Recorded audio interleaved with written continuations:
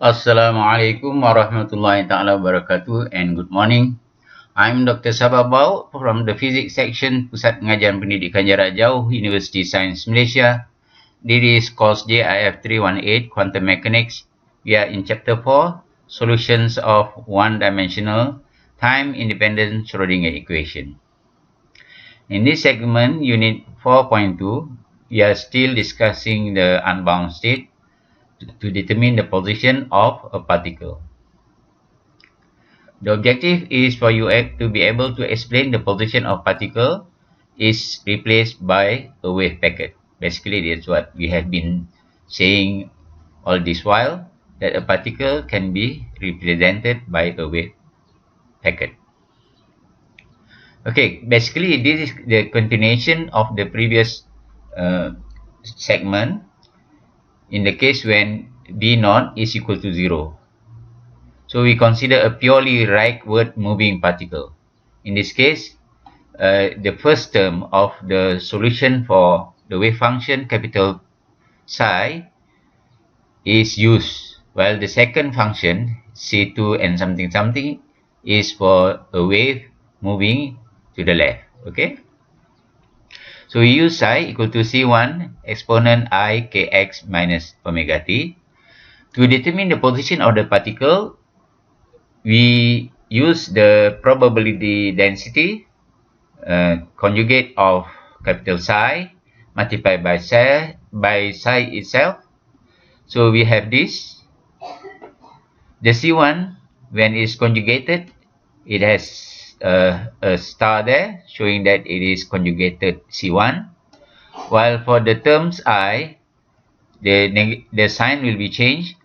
If with the wave function it is positive, so for the conjugate psi star, it will be negative I. When you multiply these two terms, basically the exponent cancel each other. So what we are left is C1 conjugate multiplied by C1. So you can see here that is now the product is just the product of two numbers, even though C1 can be complex numbers. Okay. So basically no x term in the product. So we can say that the position of the particle is independent of position x, independent.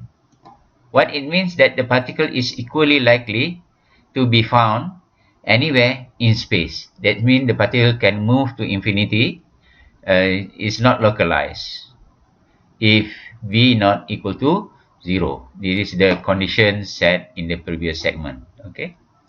In practice, in actual case, a physical particle will correspond to a sum of waves, each with a slightly different k, that means the wave number, and omega, the angular velocity or angular frequency. Okay, I think we had touched on this a few segments ago. So basically, a wave packet is formed by a combination of wave with slightly different k's and omegas. This will produce a value for the product of psi conjugate with psi, which is localized in space, called wave packet, and can be normalized. Basically, it's similar to beat in wave interference when you study wave and vibration or in optics. It is similar to that case. That means now you can see that to form a beat, you have to have this sum of wave with slightly different k and omega. So basically, the shape of the probability function against x is shown in the diagram here. Probability for a wave packet generated by summing over all waves in the interval k from 0 to k equal to some the values k naught. Basically, we have this curve where you have one big peak, then of course some smaller peak on right and left of the highest peak. So this can be considered as a wave packet representation, the probability of finding the particle. In conclusion, for V equal to naught, the particle can be found anywhere in space. That means it is not localized. The wave packet representing a particle is the sum of waves, and each is slightly different k and omega. We'll continue with further discussion on the derivation of all the parameters for a particle in a bound state. Thank you very much for your attention.